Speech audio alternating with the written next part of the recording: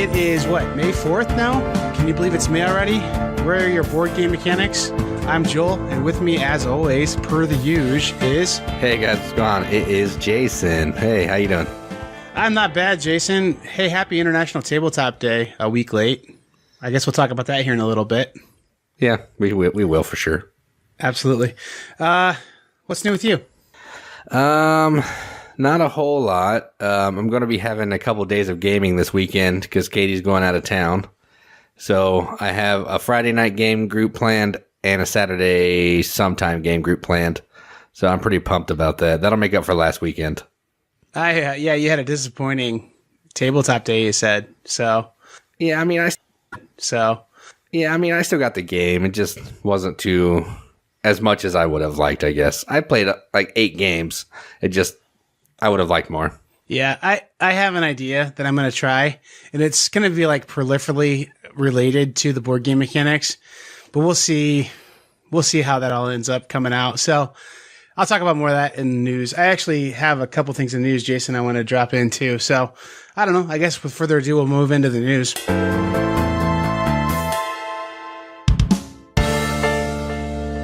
All right, so let's get started with the news. I just have a couple things I wanted to talk about, and it's just board game mechanic related. So we received a copy of Yard of the Month, and I've played it 4 times, I believe, and a review will be coming soon. It's actually a pretty fun game, but we'll save the rest of the opinions for the review. And also we have Pixel Glory Light and Shadow, which is a sequel to Pixel Glory, and that has been played 2 or 3 times, and a review will be coming on that as well shortly. Fun.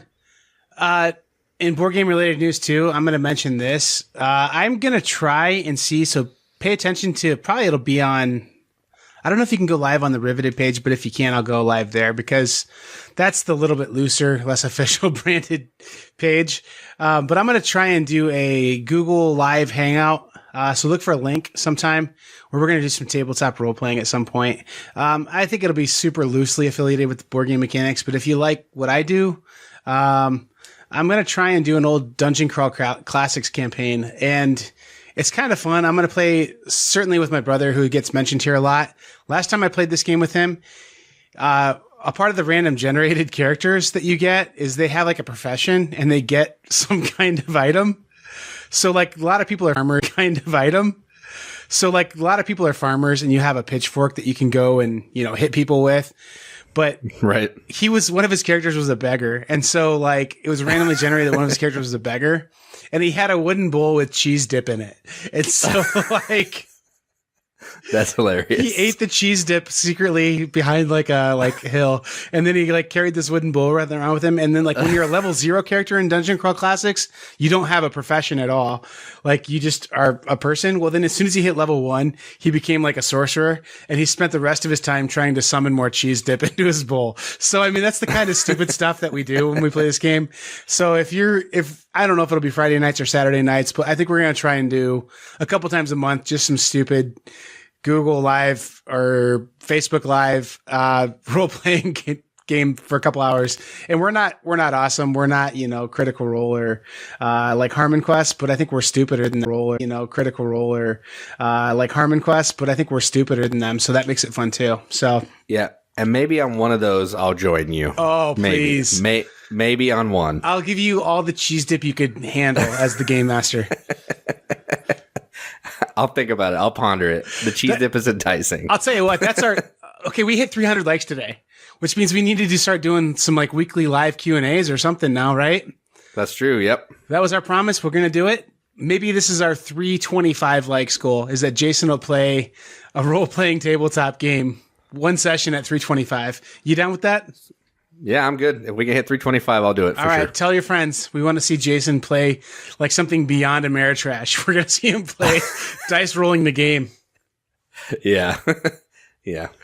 Cool. The other things I want to mention too, did you see this thing with Space Coat, the board game company Space Coat, by any chance? I did not. They Kickstarter, and then they basically sent an email out to all their backers and said, hey, we're really sorry. We misallocated all of our funds, and we're sorry about that. But here's the deal. if you guys want to, we're going to be put on WeFund. And WeFund's basically like an IPO, like crowdsourcing website. And they're trying to raise several $1 million, I think, or several $100,000 for sure. But I think they had a cap of $5 million where they were trying to sell off interest in their company. So for as little as $100, you could get like part of a share of their company. But if they don't sell enough shares of this, it sounds like they aren't going to deliver their Kickstarter. So it's almost like they're holding their Kickstarter rewards ransom by saying, hey, you need to come support our company, or I don't know. It's just a pretty weird deal, honestly. So how do you misallocate all of that money? It's like 700 grand too, something like that. It was a lot of money. Insane. Well, and then they also have a comic book wing that basically says they make a profit. So they have a profitable publishing part. Just their games part hasn't done too well so far, but the thing about it that's pretty crazy is that, you know, it might be a decent investment opportunity because they did raise like 1.5 million in revenues off their ideas and their other stuff. Right. But I don't know. I probably wouldn't. Well, I guess the other thing that's even more crazy than that is this email that they sent out. I think it said in the footer of it, please don't share this information publicly. And I saw it publicly on Reddit and Facebook, like repeatedly over the last 24 hours. So yeah, that sounds right. Pretty funny. I mean, like, but I would too. If I got that email, I'd be like, screw you guys. What the heck? Like, this is stupid, you know? So yeah, I'm not doing you any favors after you steal all my money. Yeah. Yeah. Right. For sure. And then the last one is, man, I need to email Forbidden Games because I would love to get in on the preview level or like get an advanced copy of their new game they're offering. They did, the Railroad Rivals was their first Kickstarter. And I'm not sure if this one's going to Kickstarter or if it's just going to be published, but it's called Raccoon Tycoon and it looks amazing. The art on it looks phenomenal. It's supposed to be like a stock manipulation economy type game. I am so interested in this game. It looks exactly like my kind of stupid, goofy, like forced animals making wise investments kind of thing. I don't know. It just looks amazing. So check out Raccoon Tycoon. You guys are getting a free bit of promo here from me. Pay it back by like letting me be one of your Kickstarting preview guys. I'll be one of your good Kickstarting preview boys, and I'll tell you that it's a good game. So Raccoon Tycoon looks pretty cool, but that's it up for news on my end. I don't know about you, Jason. You have anything else? Nope. I'm good. Moving on.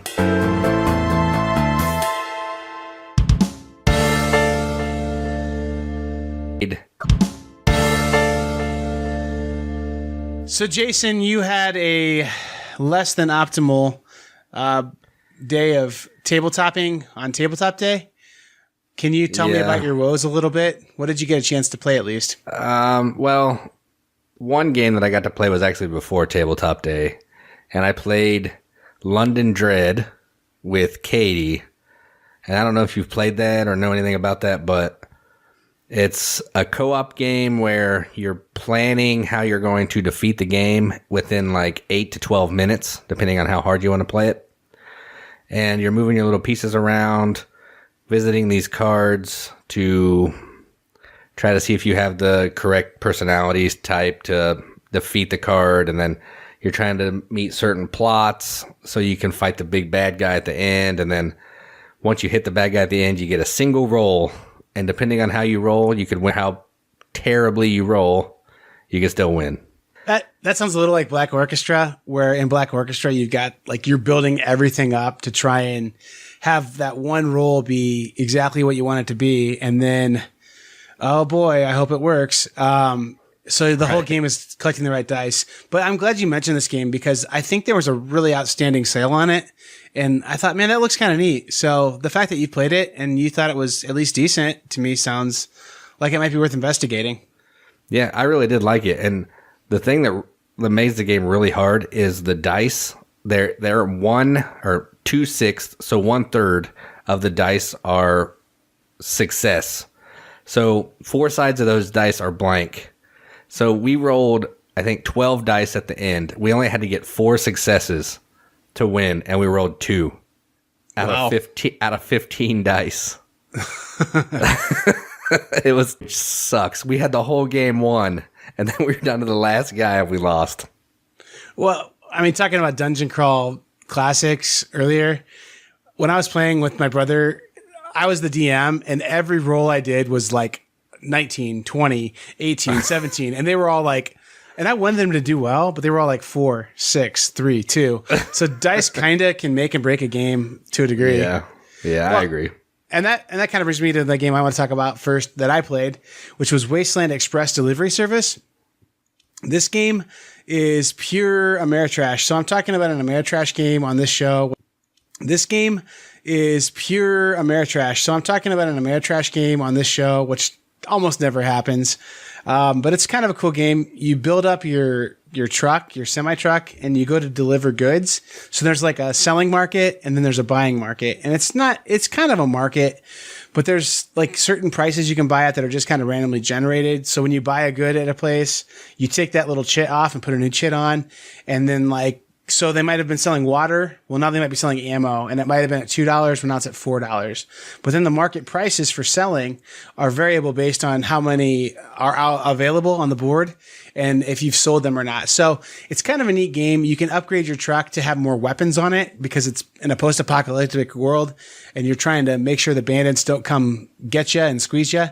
And so pretty neat though. Pretty neat little game. The dice thing that comes in with one of the things that I could do, little game. The dice thing that comes in with one of the things that I could do was I could get like an extra marksman on my truck. So I paid big bucks to get that. I got 2 extra marksmen. So I was rolling 4 dice because I was like, I don't even have to worry about the raiders. So if I have 4 dice, it won't be a big deal. My son never did that. He only had 2 dice. Every time he hit a raider, he'd get like 7s. And like the best you can roll is an 8. And the probability of rolling an 8 is 1 in 36. And the probability of rolling a 7 is like something like 4 out of 36. He rolled a 7 on the one that was a 7. Then later I got a 4 and I was rolling 4 dice. And the probability of getting like a 1 or a 2 is like roughly like 1 in 8. And I got a 2, I think, on that roll. And then the other one, I think it was like the weakest truck in the game, was another 4. And I barely got the 4 and squeaked it out with 4 dice. So, I mean, dice are just fickle sometimes. But in spite of that, Wasteland Express Delivery Service is, I'm saying it right now, Pandasaurus hit another home run with this one. They have, out of the games I've played this year that are new to me, they have 2 of my top 20 for sure. And Wasteland's an excellent game. And then of course Dinosaur Island's amazing. So, good job, Pandasaurus. Send us review copies. Yeah, I agree. I mean, I watched some stuff on Wasteland after you said you played it, and it does seem kind of interesting. I mean, yeah, it's Ameritrash, but it's pick up and deliver too, so I can get behind that a little bit. For an Ameritrash game, it's the closest thing I think you'd play. It doesn't happen in space, so it's like Merchant of Venus, but not in space. So right. I don't know. It's not bad. It's certainly not bad. I'm happy I have it. I got a really nice deal on it because my local shop, he gave me a good discount for being there on tabletop day and trying to facilitate a group. So I'm happy about it, until the only thing that made me unhappy is I saw Amazon had it on their sales for like dirt cheap on tabletop day sales. But even then I can't complain. I got a decent price. So, it's one of those things. But surveys, if you're good boys and girls and good riveted, like we tell you, go back Dinosaur Island, you should be getting your surveys. And on your survey, you have a chance to back this one. I think at a pretty nice discount. I think you can get an add-on copy of this game for like $50 from Pandasaurus, when you do your Dinosaur Island, which is like $40 off, really. Yeah, that's true. I saw that, but I'd already spent enough money. So right. Like, I don't blame you. This is going to be a 4 to 6 in your life, Jason. If I had to guess, like, I think you'd play my copy if I tried to really convince you, or if it was my birthday and I really wanted to play, I think you'd play. But I don't think this is something that you would say, oh, my game group really needs some of this in their lives, honestly. Right. Yeah, you're probably right. What else do you play, Jason? But what they do need in their lives is more Jamie Stegmaier, and I got to play Euphoria. Yeah, you're my good boy. I'm clapping for you. At 3-player. And it was really fun. It wasn't even that difficult to teach, honestly. So I was kind of here are the and there's no goals. You just it's like the Kanban issue where you just kind of do what you want and then maybe something happens. Yeah. So I was just like, hey, here's what this does. Here's what this does. You need this to do this. And then you need to get your stars on the board and go. When I teach it, I try and say, here are the 3 areas of the board. And then there's this 4th area that's kind of weird, but here are the 3 areas, and they do slightly different things, but they all have spots for you to put stars out. The whole point of this game is get rid of all your stars. Go. Yeah, exactly. Right, yeah. Because it's essentially you're just getting resources and turning the resources into other things. It's just the way that you do it and some of the rules around that makes it tricky, like the knowledge and the hearts, or I forget what the hearts are called, but skills or something. But yeah, it's a fun game, and I had a great time, and I am ready to play it again. Do you put this between Viticulture and Scythe as far as where you rank the games from? Put this between Viticulture and Scythe as far as where you rank the games from Stonemaier? Yeah, I'd probably say Viticulture, Euphoria, Scythe, then Charterstone. Yeah, I still haven't played Between Two Cities because I could be totally wrong. This is, again, hashtag convince the mechanics for us. That game, to me, I already have Quadropolis and I already have Suburbia in my collection, and I just don't see where... And I have a bunch of drafting games, so I just don't see the value of Between Two Cities. I know it's more of a filler than those games, but right. I don't see the need for it personally. I've heard good things, but I would say my rankings are pretty similar to yours, except for I think I'd flop Scythe and Euphoria. I could see where you'd like Euphoria, though. I think it's probably his most complicated game. Yeah, it definitely is. Like Scythe, it seems complicated, but it's really pretty straightforward. And Viticulture, the same thing. You can't get more streamlined than Viticulture. Honestly, that game is just perfect in every way. So Euphoria gives you a little more options. It's a little more brain burnery. So I like that. Well, Viticulture, its simplicity is why it is amazing. Honestly, so I'm with you on that for sure. But yeah, I mean, seriously. They haven't made a bad game yet. And here's my awesome bit of awesomeness that I found out over the weekend is the fans of the Riveted that I played with over the weekend. You know who you are? They like let the cat out of the bag. They said, "Hey, we play test for Stonemaier games, and we've play tested 2 of the games that aren't out yet, and we absolutely cannot talk about them at all until he reveals information about them. But they're both really excellent games." And we're looking for more people to play test. And I said, I am your best friend. Please let me know when that is. I would love to come play.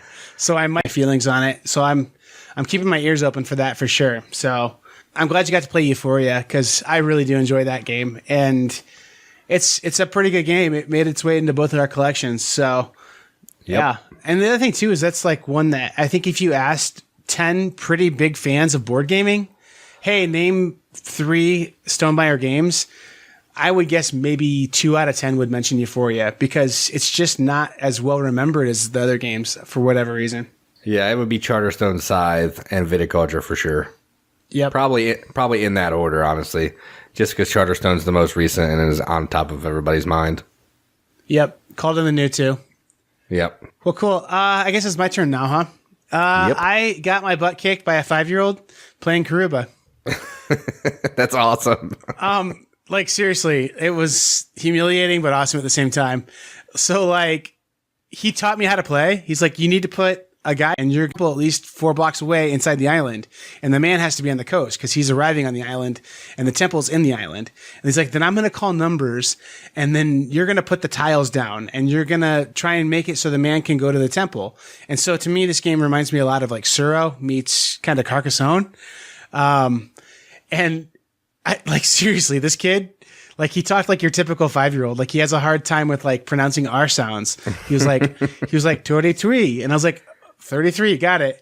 And he beat me by 3, got it. And he beat me by, like, seriously 12 points. Like, he didn't have like a speech impediment or anything, but he talked like a 5-year-old and, like, he thought like a 5-year-old and he smoked me by, like, more than a dozen points.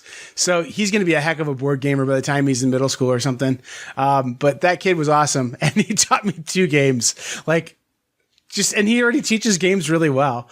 But his parents guessed that he had 40 plays of Karuba in this year. So whoa, that's crazy. Yeah. And he doesn't even play the little, like, junior version. He plays the full blown, like, it's still a Habba game, but it's got a game to it. It's an awesome game. I think it's one that, if I ever saw a deal on it where it was, like, on really good sale or closeout, or if I got offered it in trade, it'd be hard to turn down because it's just a fun game. I really like it.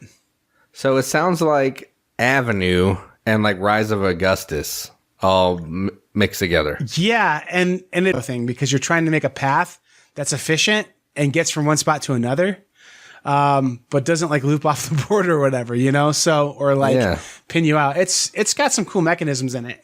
If I had like a 2-year-old and a 6-year-old daughter or something, like I don't know how old your kids are actually. I hate to say that, but if I had that age of kids, I would give it some strong thought probably. They're 4 and 6, so you were close. Yeah. I actually am kind of interested in this. I've watched a couple things on it, and I kind of like games where everybody can play it all the time.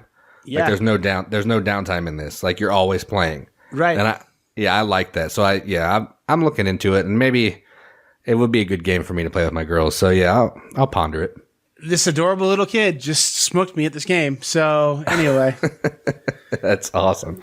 Well, I didn't get smoked by a little kid on my next game, but I did play 5 Tribes with a couple people who came over. They came over before they went to a Columbus Crew game. So they stopped by, we played a game, and then they left, which is kind of fun. But yeah, we've talked about 5 Tribes. It's Mancala. It's Bruno Catala. You're trying to pick up certain colored meeples to get certain powers. You're trying to buy genies to give you more special powers. And you're just trying to be the player with the most points at the end of the game. And it's kind of thinky because every time you think you have a move planned out, somebody can take it, and then you got to stare at the board for 5 minutes and figure out what you want to do. But man, the more I play 5 Tribes, the more I really like it. Well, if you were like setting them up to play a game before they went to a Columbus Crew game, I would figure you'd play something like Gloom or Bloody End because from what I understand, there's not many Crew games left in Columbus, at least. Yeah, I think the jury's still out. They're doing there's this radio station in Columbus that's doing this hashtag save the crew thing. Yeah. And the state's getting involved with this hashtag save the crew thing. Yeah. And the state's getting involved with some legal suits against MLS saying, we gave you tax money, so you have to give us an option to buy the team back before you sell it. Yeah, it's crazy. Huh. It's a crazy mess. Well, I mean, Columbus is an awesome sports town. I mean, you guys have Ohio State there. You have the Blue Jackets, the best team in any sport of any kind at all in all of history of mankind. And one of the better Ohio teams for sure. and then, I mean, I don't know, Columbus Crew, you'd think they'd be supported. And I can't see where Austin's going to do a better job supporting them than Columbus has, honestly. And I think if I remember right, they have the only or one of the only or the first dedicated MLS stadium to their team. So, I mean, I don't know. It feels bad. So anyway. Yeah, it is crazy. Just, you should hear some of the radio people talk about it. You're listening to Crew Talk. Hey, we can talk about whatever we want. It's our show. Yeah. So anyway, Panarin, I'm pretty happy about him. He's got a bright future with the Blue Jackets too. I'm excited to watch him grow and develop as a player.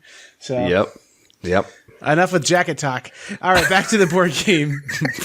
Board game mechanics. So yeah, that was 5 Tribes. It was fun. And then, yeah. Yeah. I love 5 Tribes. I think I like it better than Yamatai personally. I don't have the expansions. I don't have the artisans or anything. And I don't know. I guess I've never really seen a need for it, but I hear they're pretty good. Yeah, it adds the purple people if you get one of them, and then some roadblocks, so you have to think of your path that you're going around. Yeah. I mean, I just have the base game, and I still have a great time every time. So it also introduces drafting and legacy elements because every expansion has to do that now. Right. Well, my final game I want to talk that I've talked. I mean, we played some other stuff that I've talked about. I played Brewcrafters, which I always love. It's a great game. Played Spice Road, which is always excellent. But this one was new to me, and that was King Domino. I hadn't played it yet. I mean, I'd seen all the rage and stuff, and I didn't understand why people liked it better than Queen Domino until I played King Domino, because the core mechanisms in King Domino are so just pure, and elegant's such an overused word, but that's where my mind's going right now, is that they're just smooth, awesome mechanisms. And really, to be honest with you, I don't think adding anything to that game would add to the overall enjoyability of that game. I think it's just so, for the weight it is and the fun it is, it needs to stay right where it's at. And just adding those extra buildings and stuff, not sure that is worth it, honestly. So, I don't know. There's probably people who love Queen Domino out there. But I understand for sure now the people who defend King Domino as being the game that you should just hang on to and have. And that the other stuff just kind of convolutes the game. And I think to me, it kind of matches the argument people had about King of Tokyo versus King of New York, where some people, myself included, like King of Tokyo better than King of New York, just because King of Tokyo is this simple, streamlined game that's really accessible. So I think the same argument exists with King Domino and Queen Domino. And only time will tell which one's around in 5 years, I guess. Guess which one of the King games I like better? You like Queen Domino. Oh, King of New York for sure. Yes, I do like King of New York a lot, yeah. Yeah, if you can always, I mean, like your brain is just like, if you can have 4 things that you have to think about at once, it makes it happy. So yep, that's true. It gets me out of my real life and I get lost in the mechanisms. I like that. That's why you love Dinosaur Island so much, because it's actually 5 board games that you play at once that are all connected. And that's awesome. It works really well. Yeah. And that's why you love Terra Mystica, because it's like an actual board game with a weird slider on the side that like has nothing to do with what's happening on the main board. So, right. Yeah, I've actually been watching stuff on main board. So, right. Yeah, I've actually been watching stuff on Queen Domino because I thought that seemed more interesting. But Kim actually said she just got King Domino and said she really liked it as well. So maybe I'll just have to give that a go. Yeah, this is a blue-orange game, right? Yeah, I think so. Yeah. All right, Blue Orange, I'm going to give you a free advertisement. Blue Orange Boys, the best games in all the world. They're happy boys. So with that free advertisement, you have to send me a giant-sized King Domino, because I said it out loud on a podcast. It has to happen. It's legally binding in U.S. courts. So I will get you my address here shortly, and you can send me that giant King Domino any day now. Looking forward to it. So I want one of those, but I'm not going to spend $45 on it, but it looks awesome. It does look awesome. I saw some people playing it at a board game cafe around me, and the tiles are huge. They're like 4 inches or something. They're giant. It's crazy. I'd go beyond that too. I'd get plywood and like decoupage them onto plywood, so it's like big, fat, chunky tiles. Like, yeah, be awesome. Make it that would be cool, honestly. With like 4x8 sheets of plywood. It's like it becomes one of those Outland games from like Scott people. Like they have to like carry these sheets of tiles and drop them down. It's not called the Outland games. I forget what they're called. Whatever. Someone's yelling at their podcast right now because they have Scott ancestry. You know, where they throw the telephone poles and all that stuff. Yeah, I have no idea what you're talking about, but I'll just nod my head and laugh. Sure. Okay. I think you're kiltist. I don't think you like the kilt. Yeah, that's probably it. Yeah. Well, what else, Jason? Anything else from Tabletop Day that's worth talking about? I learned a couple games, and I played a solo version of Dinosaur Island. But one of the games I played 2-player solo because I wanted to learn it, and that was Antarctica. Have you played that?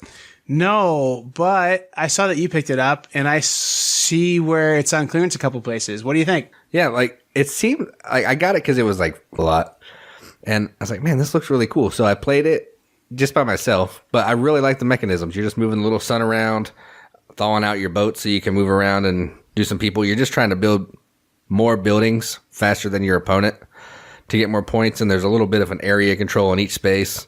Yeah, it's fun. I liked it, and just playing by myself, it was like 30 minutes, so it's a fun game for 30 minutes. Out of the 20 people that came through the board game shop when I was doing Tabletop Day demos, probably 17 of them mentioned The Thing, Outpost 31, or whatever that game's called. Are you familiar with that?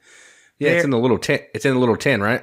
This one was in an actual big box, but yeah, I mean, it's a bunch of people were obsessed with it, and I don't know anything about it. So again, convince the mechanics. Tell me why I should learn about it, I guess. But it looks sort of interesting. And then they had one copy, and a bunch of people were eyeballing it. And then like my friend who, I don't think he listens to the show, but if he does, hi. You know, I don't think he listens to the show, but if he does, hi. You know who you are. He knew nothing about the game. He was like, oh, The Thing is cool. I like that movie. I'm buying this game. And he like went and just bought it, knowing nothing about it. So ticked all those people off for sure. Yeah, they were all mulling it over, and they were like, out of courtesy to each other, like, if you want to buy it, go ahead. Oh, you can buy it. Then Sean's like, The Thing, me buy, and he goes up and buys it. So that's awesome. Yeah, hey, you snooze, you lose, I guess. Yep. But yeah, I did that, and that's about all I got. So, yep.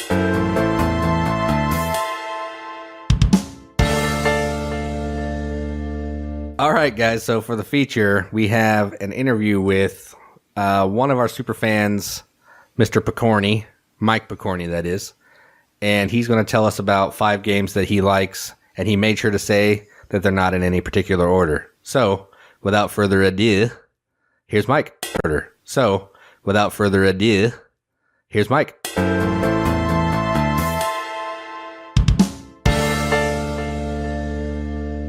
Hey guys, so Joel and me, Jason, are here with one of our biggest fans of all time, Mr. Mike Pokorny.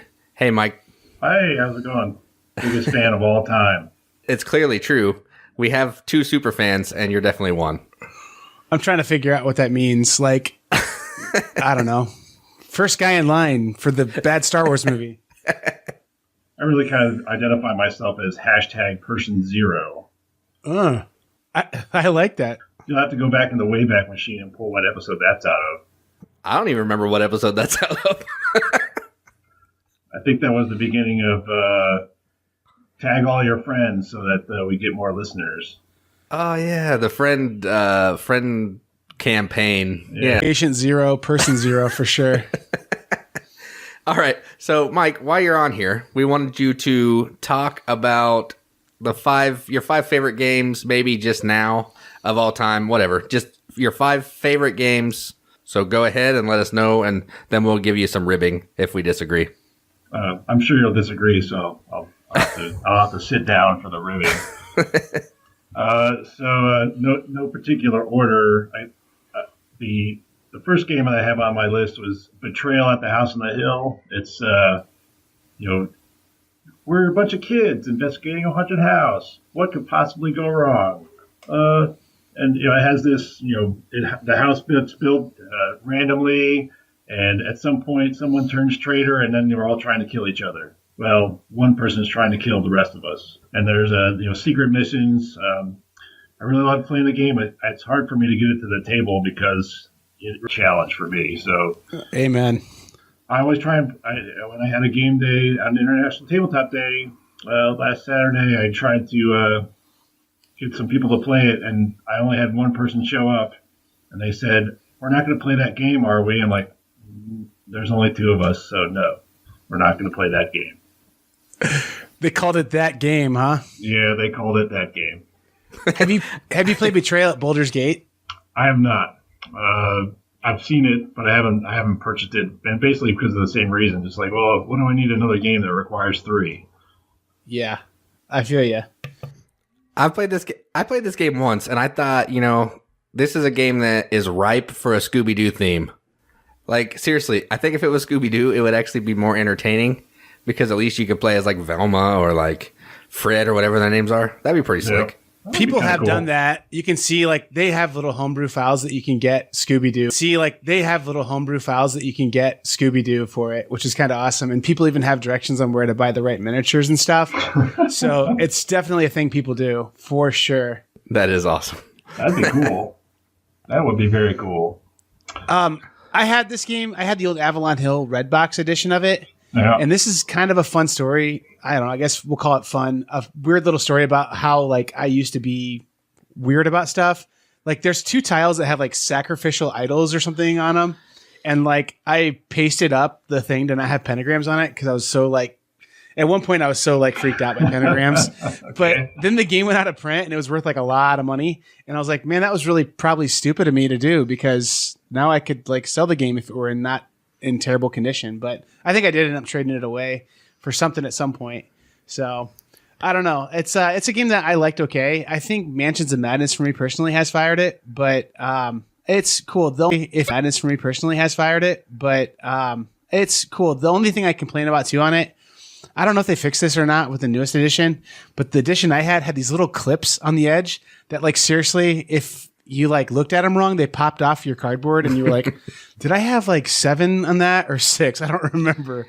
That was the only thing that I, like, really complained about it. It is a fun, good time. It's not something that you're going to try and keep score and take super seriously. It's an experience. It's a dramatic, fun event, I would think, for sure. I had the old edition. I have the new edition also, and with the expansion, they didn't really fix the clips issue. It's a little better, but not much better. The other thing that really happens with this game is like it can be like really one-sided one way or the other. Like oh, the traitor has everything they need, and the heroes have nothing that they need. So it's just like, it's like all fall down, or it's the other way around. So sometimes the game gets really cool, mostly object to. I was on an episode of the old Dice Tower Showdown that used to be around. I don't think it's even a thing really anymore. But on that episode, they did Mansions of Madness versus Betrayal at the House on the Hill. And the guy that was defending Betrayal said, well, it's like watching a movie. And the guy that I was on the team with said, yeah, like every movie where midway through the movie, people change like scripts and they decide differently on what roles they're going to play. Well, I do like my B horror movies, so it goes right along with it. So I have no problem with this game, though, Mike. It's a fun game for sure. Yeah, I played it once, and I thought this is fun for about 30 minutes. And then once the traitor came in, it took like an hour and a half. I was like, yeah, I'm done. Because I wasn't the traitor, so we were just getting destroyed for an hour and a half. So, yeah, I was done. Yeah. But I've been on the short end of the stick a few times, so I get you. Yeah. It is fun. It's just fun hanging out with people, making the story that I don't think I would ask to play. But if somebody brought it over, I may give it a shot. All right, so I'll go on to the next one. And that's Flashpoint Fire Rescue. And this is the game. This game I bought was my first Kickstarter game. So I think that was 2011 when it came out. And pretty much got drawn into it because I'm a firefighter. So, hey, this is like the only firefighting game that I was aware of. And every time I bring this out, people just love to play it. It's fully cooperative, and everyone just kind of gets into it. I mean, I have a lot of firefighter friends, so they like it too. I probably have all of the expansions. There's probably a couple out that I don't have, but I only really end up playing the base version because that's what everyone likes. So I'm glad it's on your list because I was going to ask you about this if it wasn't, but as a firefighter, if you thought it was, even remotely inaccurate representation of being a firefighter. I mean, like when you guys go fight fires, do you have to roll dice before you go in? I mean, like when you guys go fight fires, do you have to roll dice before you go in to know where the fire's at? Or well, we don't roll actual dice, but sometimes it happens. It does kind of follow that. As long as you put the fire out, everything's good. But if you don't do anything with the fire, just things kind of go pretty bad pretty quickly. So in that respect, it works. I'm with you, Mike. I've got this game and I've got Extreme Danger as well. And I never play with Extreme Danger, or I've got the one that's a boat as well, like a houseboat. Yeah. It's worth some bucks now, man. I don't know. It's kind of out of print. So I've given some half thought to maybe, I don't know, moving this one to a new home. But I love the base game a lot, and I can play it with kids. Like, it's a fun game to play with my students. So it's very gateway. I personally like it a little better than Pandemic myself because I think the dice, I just think it makes it more exciting to be like, oh man, there's this huge thing of fire here. And then you don't roll it for like 4 turns and you're like, oh, we have hope. But that's false hope because forget it. It's going to explode. Darn right. So Mike, have you played Police Precinct? I have not. I was just going to see how this game compared to that, because I like Police Precinct, but I've never played Flashpoint. Don't like police and firefighters have like a cats and dogs thing, like a secret rivalry? If they scored higher on the test, then they would have been firemen. So, so what you're calling Police Precinct is Flashpoint Junior. Exactly. That's funny. Let's see. His words, not mine, guys. That's right. I'm a professional. Don't try this at home. All right. So the next game on the list, I actually put 2 games on the list. They're both by the same company. It's one is called Snowblind. And the other one is called Ancient Terrible Things. They're both kind of push your luck dice games. Snowblind, you play as explorers to the South Pole and see who can get to the South Pole first and come back. Hopefully with most of your guys left. You score points basically on whether you get there first and how many guys you come back with. And then in Ancient Terrible Things, some people call it Cthulhu Yahtzee. Basically, you're trying to collect points, and you have to match your dice roll to a combination on the card. That's how you beat that event and collect the artifacts. So it's again both kind of push your luck. Like I'm trying to. in Cthulhu, Yahtzee, or Ancient Terrible Things, if you fail to make the dice roll, then you don't get negative points necessarily, but the game will end quicker. So it will end quicker. Both those games put out by Pleasant Company Games are out of South Africa. Just really fun games. Again, when I put them out for game night or game day, everyone likes to play them. So I saw Snowblind on a recent "What is your most underrated game that you play?"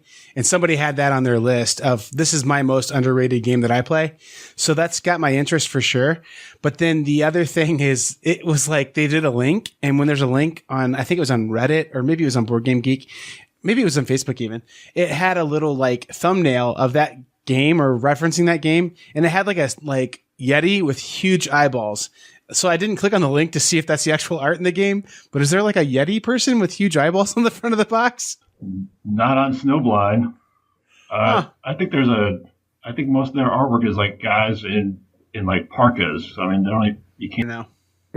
Could be. I don't know what you're clicking on the internet, so. Yeah. Might not want to know. Yeah. How often do you play Ancient Terrible Things? Because I've actually been wanting this game, but I didn't know if it loses its luster after a few plays, or if it's cool every time, or. It doesn't get to the table that often, and mostly it's a function of, it's a competitive type game, and a lot of the games that I play are solo only, or have solo abilities, and when I get people together, I suggest it, and they don't really go for it. I feel like there's enough variability in the cards and events that you would have at least an extended time to play it, or the replayability was pretty good, but right, hard to know. All right, cool. There wasn't expert cards to it, so I think the replayability is there. It's just there's only so much time in the day to play a game. So. Right, yeah, that's true. The next game I had on my list was Runebound, second edition. I played the junk out of that game, at least the second edition version. Just big into adventuring and lots of story. I actually ended up playing the solo, somebody's solo version of it, that I got on Board Game Geek. I played it a ton, and I just would set it up and I would let it go and play and play and play and play. This was before I had cats, but I have the third edition and I've played it a couple of times. Hasn't displaced the second edition yet. So, and plus I have other games that have the same kind of itch, the same kind of scratch, which is Gloom of Killforth. I have that. I got Pathfinder Metro Card Game. I have a couple of. I have that. I got Pathfinder Metro Card Game. I have a couple of. Trying to think what the Widower's Wood, which is put out by Privateer Press. I mean, there's all kinds of adventuring games which I end up getting into. So, does this game have minis in it? It has minis, but it basically just to represent your one adventurer or the adventurers if you're playing multiple players. So that's it. Otherwise, It's cardboard. Yeah, it's a deck builder at its core. Is that right? No, it's really just kind of you're going around and you're trying to basically buff up your guy to fight the end boss. There's not really a deck. You would buy equipment or get experience to improve your stats. There's not really a deck building part of it like you would have in like an Ascension or Hero Realms or anything like that. Okay. Huh. I know this one has been around for a while. Especially now that I know it doesn't have minis. So that's a little more enticing. The third edition, instead of rolling dice for combat, they have this, lack of better, they call them combat tokens, but I call them pogs. So you're flipping pogs to basically do a combat result. With the expansion that came out for the Unbreakable Bonds, basically makes it make it a solo game or co-op, and it has an AI for all the monsters that you encounter. In the base game, you can play it solo. You just have to you have to run the monsters yourself. This is Fantasy Flight, right? That's right. That's interesting. Yeah, I may have to look into this one a little bit. I think my wife would like it, actually. And Mike's number one game, he alluded to it, was Pogs. All right, go ahead, Mike. Talk about Pogs. Well, I have a huge collection of slammers. Well, I have a huge collection of slammers. You must have been alive in the 90s. And not much else. That's it. Do you remember when people used to trade slammers and pogs during like school? Do you remember that? I remember it. I was not a participant. I knew of it. I sadly participated, and that makes me hate my life a little bit. It's fine. It's fine. So go ahead and tell us what your number one favorite game of all time, or whatever criteria you used is. I didn't put it in any kind of order. So the last game on my list was I put Sorrow of the Seas. When I went to Gen Con, that was a while ago. The only time I've been to Gen Con, I found out about Sorrow, the game period, and it was kind of interesting. It was like, yeah, it's kind of neat, and the pathfinding through. But then I found out about Sorrow of the Seas, and that really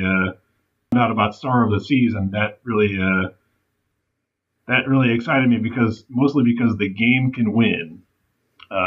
When you have these dragons wandering around, and if the dragon runs into you, well, you're out. So it was a fun game for me. I can pretty easily get people who are not gamers to play this game, and they get it pretty quickly, and they always have a good time. And if you have Sorrows of the Seas, you can just play regular Sorrow without the dragons, but I usually throw the dragons in because they're dragons. So. Right. I played this game at 7 players one time because I think it plays up to 8. It does. And man, that was insane. There like 3 people were dead in the first round. Yeah. The dragons were just smashing everybody. It was nasty. Yeah. I did actually get a copy of Sorrow for my mom. She's in her mid 70s. So like, Mom, you'd like this game. You like patterns. So she plays it with my. I feel like that would be a good like grandparent game. For. Like the holidays? Yeah, that's a good idea, actually. Sorta, but this is one of those games like Carcassonne and like Ticket to Ride, where when you play it the first 4 times with someone, you're really kind. You're like, look at that neat long path you made.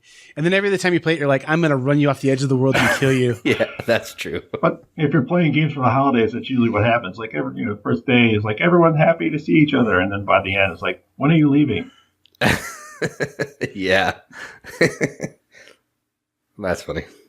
The parallels are there for sure. So cool. That's my top 5-ish games. That's cool, Mike. Thanks for coming on. We probably should ask you a few like weird questions before we let you go, I'm guessing. Well, I got some weird questions for you too, so I came prepared. Oh, we'll take them. Why don't you fire first so I can know what kind of rated? No, heck no, or sure whatever. I love hot dogs. Well, I do too. Well, I guess the other part is that with or without ketchup.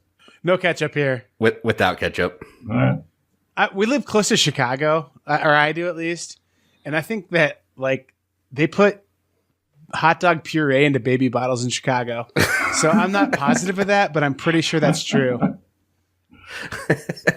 Yeah. So pizza, thin crust, or deep dish? I'm going to go back to Chicago style, man. I know you're probably a New York style guy yourself over there on the East Coast, but. Yep. Thin pizza for me. I don't really like thin crust either. So give me the deep dish stuff. We're ganging up on you, Pokorny. Well, And then the last one I got is it soda or is it pop? It's Mountain Dew. That's what it is. It's soda pop. So And then the last one I got is it soda or is it pop? It's Mountain Dew. That's what it is. It's soda pop. Soda pop. Not Coke, I guess. Yeah, I think I call it soda as well.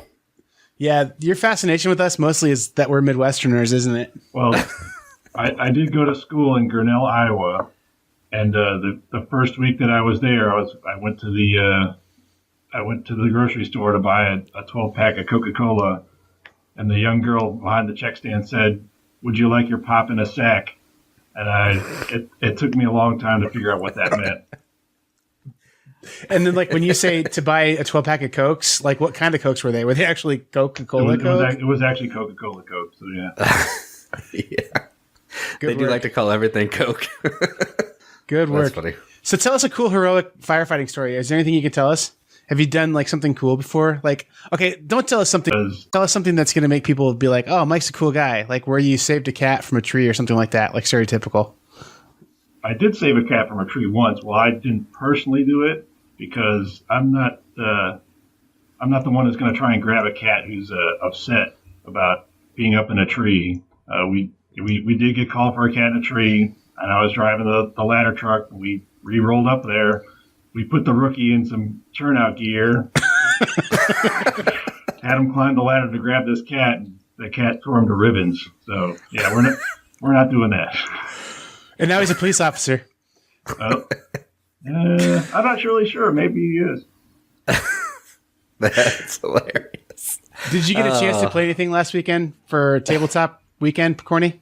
The games I played on Tabletop Day, I played Portal of Heroes, which is a little card game. You're trying to basically get heroes, activate heroes to your side, and they're worth points. The first person to get the 12 points is the winner. And then we played a few rounds of Village Pillage because I still have my print and play version. So That game is really good. Like, the more I play that game, the more I really like it. That is a fun little game. it was fun. The person I had over, she had her toddler with her, so we needed games that were not super intense because we had to kind of make sure that he wasn't ripping the house up. Right, yeah. That makes sense. I had a question, but I lost it, Mike. Do people call you Pokorny? Is that They do. Yeah, I'm my last name's Kratzer, and so pretty much that's been my name my whole life. It's just the benefit of having one of those crazy last names. Smith over there doesn't know what we're talking about. Oh, yeah? People can call me Smitty because it's cool, and that's how I roll. But not because it's cool, and that's how I roll. But I don't really. People call me Jason because that's my name. He gets really mad at Smitty. Smitty was my grandpa, y'all. Well, we have a few Smiths on the fire department, and some of them are Smitties. So Yeah, I mean, it's easy. It's an easy name to go with when your last name's Smith. Do you have any? I'm going to get back to real questions here.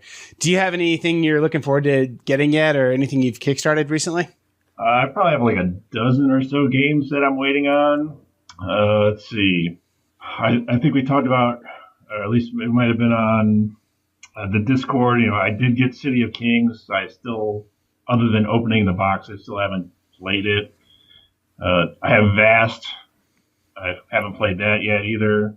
I like Vast. Vast is a good game. I'm waiting for Dark Light. It's already shipped to a bunch of people. I guess the American shipping takes a lot longer. I did back a game from Mexico, Necromomicor, and that I don't even know where that is right now. It got shipped to Mexico, then it got shipped back to China, and supposedly it shipped to the United States. I don't know. Mexico is literally right next to us. Why couldn't they just ship it right here? I kickstart games, but then I don't really follow it. I think there was something. I'm not a Kickstarter like, I'm going to follow it every second and comment and post it. But I think there was something about if they imported it into Mexico, they would have to pay a heap load of taxes and then ship it out. So if it just went straight from China to the United States, they wouldn't have to pay these taxes. I think that was the gist. But that's crazy. That is so crazy. I'm trying to think what else is coming up. Dire Wild, I think that's coming later this year. Mask of the Red Death, that's coming later this year. So all the Gloom of Kill 4th expansions are coming.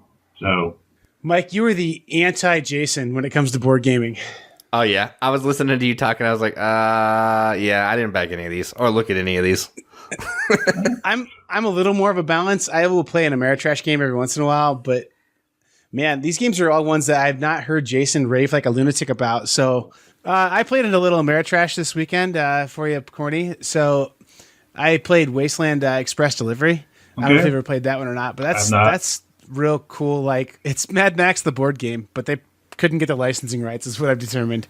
It's pretty cool, though. You're driving like a post-apocalyptic semi-truck across the wasteland. It's like Borderlands and Mad Max kind of go together and make this kind of cool, like, shoot stuff with your semi-truck and make this kind of cool, like, shoot stuff with your semi-truck and make people happy because you brought them water, but not super happy because you charged them a lot of money for it. So it's a pretty cool game, though. You build these semi-trucks and just drive them across the desert and all kinds of fun stuff. So I don't know if it's if you're in a Amerithrasher, I'm going to use the politically correct term, I guess, for it now. It's a pretty cool little game. I think I saw the game on the Kickstarter and I was interested, but I ultimately didn't back it. I think I was at this. I already got too much money spent in Kickstarter. I gotta cut it back a little bit. I too played some Ameritrash. What do you think about that? I played Pixel Glory, huh? That's a dungeon crawl. Good for you. Good for you. Jason, here's Jason for you. I too played some Ameritrash games this weekend. I played Euphoria. That's kind of trashy. I mean, there's some fighting. You're bumping people off of spots. I mean, come on. Come on. Give me something. Hey, the real question I was going to ask you earlier, Mike, was when you guys have the downtime at the station, do you ever get the guys to play a board game? I have not. I work at a pretty busy station, so that having time at the station doesn't really lend itself to it. But other stations that I've been to, I've seen them play games that usually involves like poker. I don't know if that's allowed, but it happens. Well, I mean, like, I guess my stereotypes being here in like the more rural areas, whenever I've gone to tour like a fire station with my like students or even as a student, they always talk about like whenever there's extra time, you do A, B, and C. And that's because here in Indiana, there probably is extra time for your if you're a firefighter and there's not a lot going on. But I guess there probably are some downtimes, but I'll bet you guys stay pretty busy where you're at. Yeah, I work at a station that's right outside a large retirement community. That could be worse, I guess. Well, hey, Mike, thanks for doing what you do as a firefighter. I don't think you guys get the appreciation that you deserve. You guys have just as dangerous a job as the soldiers out there and podcasters. We face all kinds of peril when it comes to paper cuts and strained vocal cords. No, but honestly, thanks for what you do. And I don't think that we appreciate firefighters enough. So you're welcome. I really appreciate it. I agree. Anything else, Mike? No, nothing else on this end. You did an excellent job coming on here. You hit a home run, man. First listener guest. Thanks. May have to do it again. I'll try and come up with a better list. The game. I think the game I was exposed to recently was called Space Base. Machikoro, but it got fixed, is what they're saying. I never played Machikoro, so wouldn't know. Skip it. It sounds like go right to Space Base. Yeah. It's like Space Base, but Space Base is better. Yeah. Well, yep. Cool, Mike. And I think your list of games is perfectly awesome. Every game that you mentioned, I would sit down and play with you. I just was, again, distracted by my technical malfunctions on my end, but also just don't know a ton about them, but I would definitely be interested in checking those out, especially Runebound. I mean, I've seen enough people just rave about that game, and then to hear that you like it as much as you do, too, is another nice vote for it. So I would watch you and Joel play all of those games while I play something with cubes. So Suro has those cool stones, man. You got to count those as something. Well, Sorrow of the Seas has little ships. Oh, good point. How is Sorrow of the Seas different than regular Sorrow? It has dragons. It has dragons. Pretty much. If you get the expansion, then you get... Oh, good point. How is Sorrow of the Seas different than regular Sorrow? It has dragons. It has dragons. Pretty much. If you get the expansion, then you get tidal waves and whirlpools, too. So it's like a meaner version, and you bought it for your mom. I got my mom the regular version. Oh, gotcha. I got the mean version for myself because I'm all about having the game win. You wanted your mom to still have a relationship with her grandchildren, it sounded like. So yeah, that's right. Yeah. All right. Awesome, Mike. Thanks for being on. Sure thing.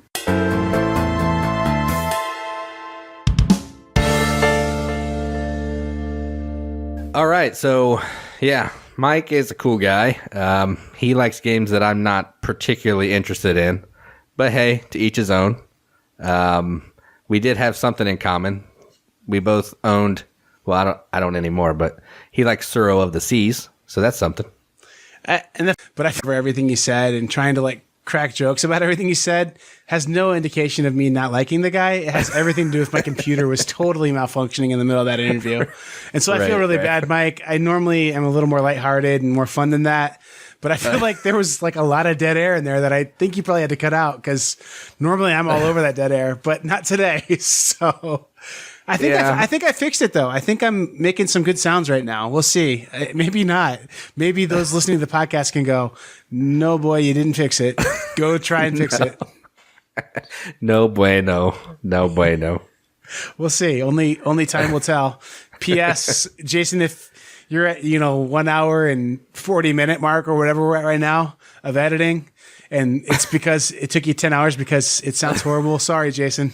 I'll try and fix it and make it better. Yeah, we'll see what happens. I'm flying solo without a wife for a few days, so what else do I got to do? What else do I got to do? I mean, I guess I could watch my kids too, but I can do that and edit a podcast, I guess. Nickelodeon Junior's doing a good job. I mean, that's true. Joe and Steve and Blue. I mean, I don't think they're still on TV, but they're good guys. I trust them to babysit. Yeah, that's true. We have a lot of the bubble guppies that watch our kids right now, and Dora the Explorer. So, yeah. Thomas the Tank Engine was my son's babysitter. Well, hey, on a much more serious note, Jason, you won't brag about yourself, so I'm going to brag about you. Jason is the most, how do I say this in a PG-rated family show way? He has the most guts of anybody I know. So how many people do you know are just like, hey, Vida Lacerda, what's up? I have a podcast, like 7 people listen to it. Will you be interviewed by us? Jason does that. So Jason, you're amazing. What's coming in the next show? Yeah, so Vital Lacerda will be coming in the next show. The interview will be getting recorded later this week, and we'll try to get him on the next episode, which would be awesome because he has some new games coming out that are exciting. Absolutely. And like, there's a really funny story about this thing that happened one time. Once I had this friend who was like obsessed with this board game designer, and he didn't really have any personal days off. And this board game designer lived in Portugal. So like he needed to be interviewed during the day. And the other guy who kind of likes him, like had some personal days he could take. So he took one and could interview him during the day. And it was kind of like crazy that the guy who kind of likes this board game designer, unnamed, from Portugal, like ended up doing the interview. So whereas the other one's like, it'd be like me trying to interview like, it'd be like, hey, Joel, do you want to interview the late Chris Farley? Yeah, please. I mean, like, I don't know. One of my heroes. Yeah. No harm in loving Chris Farley. He's hilarious. Well, was hilarious. Yeah, it's too bad. I wish you were in on the Vidal interview too, but I'm really excited to get a chance to talk to him. So, yeah, you'll get to talk to Stefan Feld after he forgives us and drops the restraining order. Yeah. I think, maybe after the last couple episodes, we've mended some of those fences, and we'll see. But, I mean, we'll get Kramer and Kiesling on at some point, or, Reiner Knizia or Alan Moon, and we'll have to, like, get our bleep button out for Alan Moon. So right. I don't know if you heard that story or not, but that's a pretty fun story I just heard over the weekend, too. Yeah, he'll tell that fish joke or the cooking joke with the priest. Yeah. Yeah. That's such a funny story. Those people who don't know, Dice Tower is a super family-friendly show, and, like, I guess at Dice Tower Live last year at Gen Con, he told a really filthy joke. Yeah. Steve Bodicor like literally had to pry the microphone out of his. Oh boy! I just don't even understand why he would do that. He knows like what the Dice Tower is. Yeah. If you're Alan Moon, you do what you want to do. That's true. Who's going to stop you? Certainly not Days of Wonder. They're like, hey, buddy, let us have that Ticket to Ride license. We love you. Yeah. I mean, hey, whatever, man. Sometimes you just got to tell a filthy joke in front of a family, I guess. I guess. Here's the thing. I love Alan Moon. He's one of my favorite designers. Airlines Europe is an amazing game. Ink and Gold's amazing. Freight Train, is a pretty awesome game. Freight Yard's the ripoff. Maybe that's why he told a dirty joke. He was like, Freight Yard's getting so much love, and Freight Train, my game, doesn't get the love. Like, I'm going to tell a dirty joke.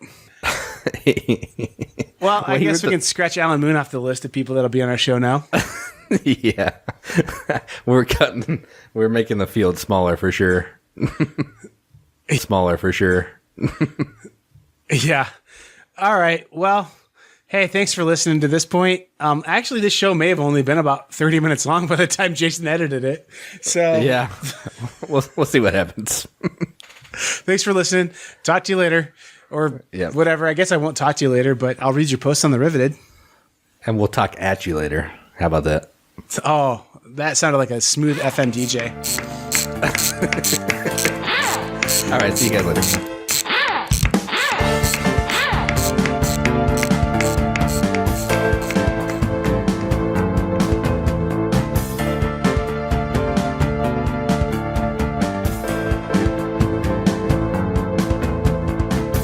I did just say that I like Vast, and Vast is a dungeon crawl. Okay, It is a dungeon crawl. So where clearly, you can play as a sentient cave. That doesn't count, man. Yes, it does. Caves have feelings too. So where clearly, you can play as a sentient cave. That doesn't count, man. Yes, it does. Caves have feelings too. There's your outtake, Jason, right there.